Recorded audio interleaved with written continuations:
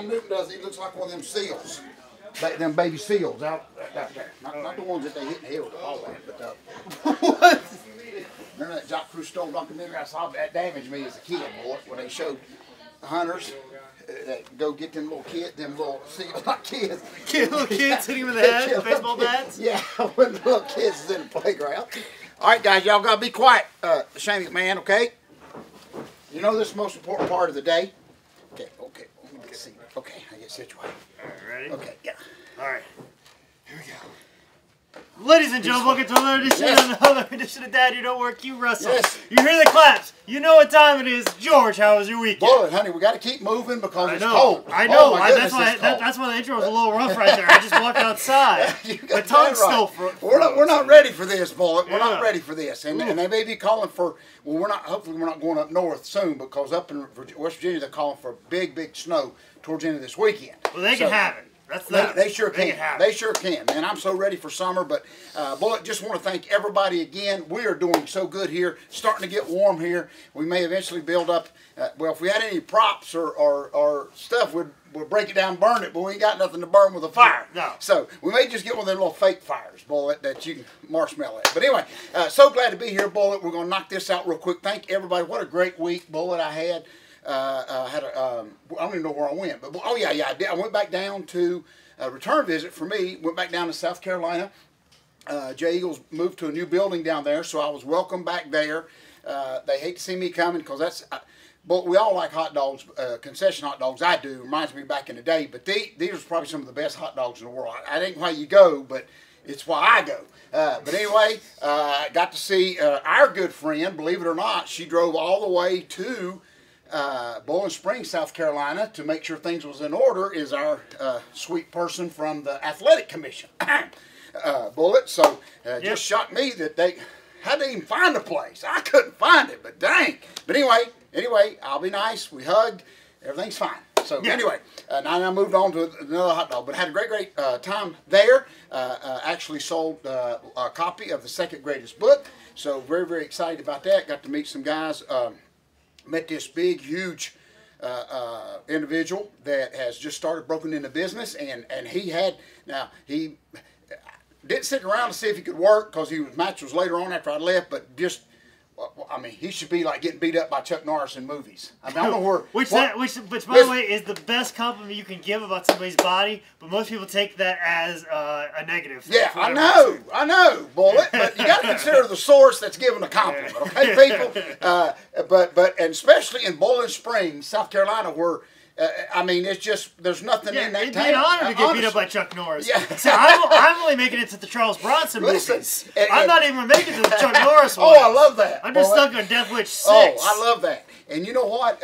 And I get that from a lot of our old fans may remember who's passed away was Professor Toa Tanaka, who was WWF Tag Champion and who later on in his career made a lot of money in movies and Chuck Norris movies, getting beat up as like the guy. But to me, that's like the ultimate compliment, especially when you got that look that, what are you doing here? You should be. I even told it, Bullet, and I think you may have been with me that time, and she gave me like a look she was fixing to kill me, was that one time I ever met her, that 7-foot Isis girl. Lindsay K. Howard. Yes. Actually, I think she was in a movie and she played a bad guy. Yes. And I believe Kung Fu was involved in that movie as well. So. See? Our great friend. You predicted it. Our NWA guy. Remember, Eldon Spears actually ran a show, and that giant woman was on there, and I couldn't believe it. She's 7 foot tall, and I had told her that, and she didn't. I don't think she got. Now she's in movies. She's in playing the villain. So that's exactly right. So anyway, I'd love to do it personally. Hey, yeah, really, throw me through a glass. Listen, all we're making is Death Wish 6. That's right. You, me, and Alex Winter. That's all we got. Oh, I love that, Bullet. But listen, hey, why not get paid a little more for it? We just get beat up every weekend anyway, Bullet. Yeah. But anyway, a lot of stuff going on, Bullet. I'm so glad that we're part of it. I am not a Panthers fan at all, but man, those Panthers here in the hometown, what an unbelievable game. I mean, they may win this thing, Bullet, but it was kind of neat when they presented this little girl with the game ball, one of the touchdown balls, and she Oh, she worked that camera, and then next thing you know, she's on. You watch, she'll have her own deal. She'll be getting beat up in movies. Bullet. Man, they've had her all over ESPN and everything, just because the excitement of that little girl getting that game ball. So anyway, I thought that was pretty cool. A lot of stuff going on here, Bullet. This week, I'll actually be going Saturday night to our friends in Kings Mountain. Scrappy and Paffo's running there at the Armory, and it gives us an opportunity to take some of our students with us, Bullet, and give them a chance to get some ring time and get some matches going on. So just a lot of stuff going on, Bullet. I know you're very busy here this evening, and I personally, as we chatted just briefly, not calling nothing beforehand, but just chatted briefly as friends about your experience last week at one of your Catawba, South Carolina. I basically did a comedy show at a bar, and using the word bar is a loose term. Maybe more like a building that's very similar to Roadhouse from the movie Roadhouse. And we're talking Act 1 Roadhouse, not like Act 2. Where Patrick Swayze kind of cleaned everything up, and then he still had to fight everybody and stuff like that. No, I'm talking like before Patrick Swayze was ever in town. Yeah. Before he ever went to go get him. Yeah. That's how bad this bar was, and I had to do stand-up comedy in it. And they had a big, long gate, 8 foot long, 8 foot tall, metal bars. I'm not sure if they're to keep people in or keep people out. Nobody could give me an answer on that. But I will say this, just a bar patron, they know how to smoke a pork loin, that is for sure. They share that with me, so they at least know how to cook down there in Catawba, South Carolina. And was it like when you left that night, was it like when Patrick Swayze left and they was like, remember there was a chair stuck through his windshield? Remember his car? When he pulled out and the headlights were broke out and yeah, and I definitely wasn't leaving with Kelly LeBrock or whoever her name was. I don't think it was Kelly, and not Kelly LeBrock, but somebody. And then y'all had to go to the hospital and they had to fix your. She had to sew you up. No, that's that was that bad. That was Act 1. That was Act 1. That was Act 1. Act 1. Yes. Before the bouncers actually started wearing sports coats and stuff like that later on. Yeah. You played at the place that Terry Funk was at. Yeah. His bar. Yeah. Okay. That or the bar that was in No Holds Bar where they had Stan Hansen where they were doing Battle of the Tough Guys. Yes. I was doing comedy at that bar. So, to give people a reference. And so what we're getting out of all this, Bullet, is you had enough material out of that to do probably another month or two. I've got a brand new 5 minutes just solely on that experience right there. That is for sure. But anyways, this weekend I'll be performing improv at the NC Music Factory this Saturday, 8 o'clock, and a 10 o'clock show. I am off on Friday, but I will be there definitely on Saturday night. So I'm doing improv again, which I did improv last weekend. That was a lot of fun. So I'll be doing a lot of improv this weekend as well. That's along with all your podcast, which I just recorded the episode that will be probably my one year anniversary episode, which I went to Terrapin Beer Company. Just recorded that one. That was a real good one. I got another one this Thursday. I got another one next Tuesday, and I'm trying to line another one up next Thursday. And then I've got something tentative in February as well, and maybe a big super secret surprise one. Hopefully in a couple of weeks. And who was it you just interviewed? Pretty big guy. Name, whatever. I just read. Who was your last podcast? The last one was Dr. Tim Hanchett. He is the guy who's the doctor of history. He is. The museum in Charlotte. That's right. Levine Museum and stuff like that. Yes. Full of history. That was a really good one. I'm excited. I think you would enjoy that too, especially you being from the Charlotte area and stuff like that. Some of the stuff he was talking about was pretty good. And at that North Carolina Museum or whatever it is they call, Bull, if I'm not mistaken, that is actually the museum here that in somewhere in there, and I don't know if they moved it yet, was a very small area attributed to Jim Crockett Promotions. Yes, it definitely is, because when I brought up wrestling, he talked about there was a little spot over there. They've got a little spot for like the Panthers and the Hornets and everything else. And I'll never forget that. I remember years ago, they had actually, someone from that museum had contacted David Crockett about seeing if they could get one of Ric Flair's robes maybe put on display there. And I never forget, David Crockett called me, believe it or not, to try to see if there was a way. And that's just always stuck in my head is, why? Because you're Tom Cruise and you're going to be dropped in on wires and steal a robe? Oh, that makes sense. So they want me to go steal one and donate it. Yeah. But I'm thinking the whole time I'm being asked this, which was a great question, is I'm thinking, man, if I even knew where they were one or if I had one, I sure ain't like giving it to anybody. And David Crockett, don't you have stuff like in your garage and in your attic when you had your little grandkids running around with the NWA Tag Team title belts? Right. Like just running around playing with it, kicking it. You know? Well, I had to actually ask David Crockett for Ric Flair's phone number to make that call if I was going to make that call. Yeah. But I never made the call because I learned one time many years ago when I took all of Flair's robes to Atlanta. Being the nice guy that I was, I actually returned all 50 robes. 50, believe it or not. I know it's hard to believe. 50 robes. I actually took 50 and made sure 50 got back. What in the heck was I thinking?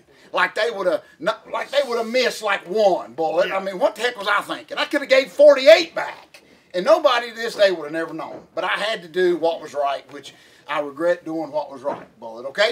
So, but what is right is what we're fixing to do. My all-time favorite thing, Bullet. I don't know if it's the cold weather. I don't know if it's the first of the year, but idiots are running wild. No pun intended there, Matt. Matt walked right in as soon as I said idiots are running wild. He was sauntering by. He was sauntering by. Yeah. I think he knew we weren't talking about him. Okay, so. Very good. I just want to clear that up because save that, Matt. Save that interest later, Matt, when I need it, okay? But anyway, boy, idiots are running ragged. I'm just telling you, Bullet, we may, instead of getting a bigger boat, that famous line in Jaws, we may have to get a bigger bag. Yeah. I'm just telling you, Bullet, unbelievable. One thing, and this ain't even going in an idiot bag, and I've commented on this a lot. What really aggravates me, Bullet, and I've mentioned it to you, is when someone, you know, now how Facebook works, somebody can add you to one of these groups without even asking your permission. Yep, you know. And then, okay, fine. But if you add me, I'm going to advertise my book. And lately, I don't know what it is, but I get more heat. Not intending to. I wish I could have got this much heat working for Crockett. But anyway, so I advertise my book, and I've actually had 2 of those groups send out a note saying, we just want to remind you that this group is not a flea market, that this group is not, like I could care less. Who can? There's no rules in the group when you add me. Yeah, when you secretly add me and I had to see all your stuff and they get the notifications for it. That's exactly right. And so anyway. You're the one spamming me. That's exactly right. That's exactly right. So anyway, so that they're not even actually going to idiot bag, Bullet. This one's that's going to an idiot bag, and I don't know if you saw this. Bullet, this will probably change the way high school sports are played forever and ever. And it's already passed, and it's going to continue to pass. I don't know if you saw this, but several high schools and also middle schools, Bullet, have banned the word airball. In other words, if me and you're sitting in the audience for our high school and the opposing team comes down and their guy shoots an airball, we cannot, now this is documented stuff, Bullet, we cannot yell airball. Do you hear me? Seriously. But there's already 5 high schools, 1 in the Carolinas, and there's already like 6 middle schools that have banned the use of that. And of course, like everything else, and I'm being serious about this, Bullet. So this is very close to TNA-ish wrestling when they used to go and they'd tell you how to yay and how to boo, Bullet. But anyway, so we cannot, if we're here with our home team, and their great guy, whatever, their star shoots an airball. I just thought it's practiced that would take care of that. I thought, personally. But we cannot, if we attend those schools, Bullet, cannot yell airball anymore. Because they said that it is hurtful. Okay? Ain't that the point? No. Bullet? Are we allowed to cheer for our team because that might be hurtful to the feelings of the opposing team? That will be debated. There are probably a bunch of cheers that you're not allowed to say. Bullet, people's going to look at us and say, George, you must have got dropped on your head eating hot dogs this weekend or something.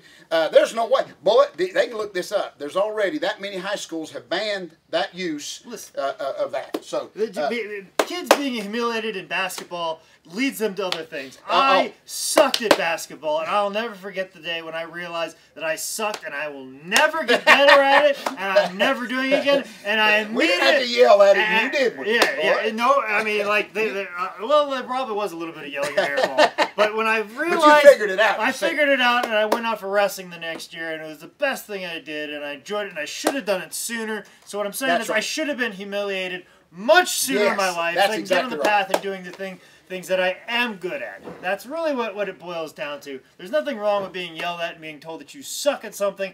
As long as you keep trying other things. I mean, look at us, Bullet. We're told that every week after we do a show, and has it stopped us? It has only made us better. Bullet, okay? If anything, I've picked up more shows since then. So. That's right. And folks, listen, all I'm saying is, folks, come on. What are y'all doing? So if this, you made a good point about all this as I throw the whole if you suck, you system, suck. That's exactly right. You suck, you suck. That's exactly right. But that does. But I will throw this into you if you want me to be inspirational and positive. Oh, I believe this is Albert Einstein. Oh, that's heavy. Or this, Einstein. I think this is Einstein who said it. It says if our mere goal was if we were merely measured on how we could climb a tree. Oh, that's heavy. How climb a tree, then. Gosh, I'm messing that's this still quote. Heavy, boy. How you climb a tree, then is a fish any less of an animal than... gosh. That's still heavy. I'm trying to think... You're just saying Einstein's heavy. Yeah. That's all I'm saying. You know what I'm saying? On this TV show, in this format... I've messed up this quote horribly, but it's the sense of, like, if your main goal and purpose is to climb a tree, is a fish any less of a better species? You know what I'm saying? Oh, a fish can go underwater and do all kinds of different things and breathe under the water. Well, a monkey can climb a tree, no problem. That's kind of the point I'm getting Right, at. I understand. Just because you suck at one thing doesn't mean you can't be fantastic at something. That's exactly right. And somebody please put this in the comments. The one time where I want a troll to correct me because it is a wonderful quote and I forget it. Man, our fans at home are saying, "Dang, that's some heavy stuff, Bullet." And they all agree. But you summed up what I'm trying to say before I throw the whole school system in idiot bag. Is when you said if they ban that, what's next? Okay, you're saying I can't cheer. Okay, what if my girlfriend is not attractive and I take her to the ball game and we're looking at these attractive cheerleaders? Now, is that offensive to my sweet girlfriend here, Cindy Lou, that may have a problem with overeating? I don't know. But I'm just saying, where do you draw the line, Bullet? I just think it's the dumbest thing I've ever heard, but nothing surprises us. There was no other reason but that it's hurtful to the guy that shot the airball. Oh, okay. So, but advice... that guy that shoots the airball could be the guy that cures cancer. That's exactly right. And if you keep enabling him at sucking at basketball, we're never going to cure cancer. I love that, Bullet. And, and what does a good friend of our TV show, Michael Jordan, say? That he actually says that he missed more shots than he made. Okay? And of course... That's debatable. That's debatable. He likes to say that he overcame adversity, but he was pretty fantastic from the get. Listen, that whole thing he got cut from his high school basketball. No, he was trying out when he was in 6th grade. Okay? He was a 6th grader trying out for the high school team. That's all the lie. Brother come out of his mama's belly dunking. Yeah. That's all I'm saying. He was just trying to make the team early. Come on, That's Michael. all it was. Come on, Michael. You ain't never seen no hard times, brother. Brother you've always been fantastic. Quit lying. That's it. Brother puts on some underwear and makes $100 million. Please explain. He puts on tagless T-shirts better than the rest of us. Because when he does it, he makes millions of dollars off That's exactly right. Oh, brother ain't never felt no hard time. Brother's just good. I love Michael Jordan. It's okay. That's okay. And I'm sure I'd love to hear his. Maybe we'll do a podcast with him if they'd let us. I'd love to see his views on this outtake on high school sports, saying that it is offensive. The whole solvement of this whole problem as we get ready to close here today is just practice. Don't shoot an air ball. And I'm sure Michael Jordan will chime in pretty much in the same way that I do. It doesn't matter what those people are going to say, because as loud as they're going to say airball, it won't be as loud as when, in Michael Jordan's brain, he heard somebody say airball. Oh. There's nothing that anybody, if you are a determined individual, that's right. Nothing that anybody else can say is any worse than what you say to yourself alone at night. That's exactly right. And that is the diary of a madman, my friend. Oh, I love that. Good point. Good point. Because the next step will be they'll just quit. Nobody can hate you more than yourself. You know?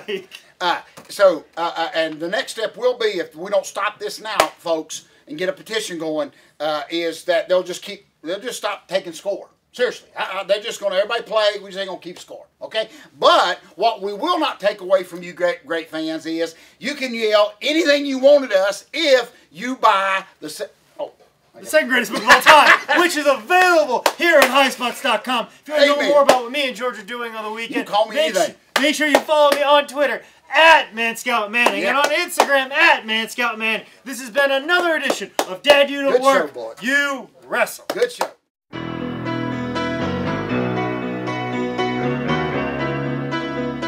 They can yell anything they want at us, can't they, Bullet? Yeah. They do anyway. Yeah, I know. You throw the book back at us. Exactly. And we'll resell it. Exactly. We'll even toss the book at you. You can yell airball. That's exactly As long as you have right. a $20 in your hand.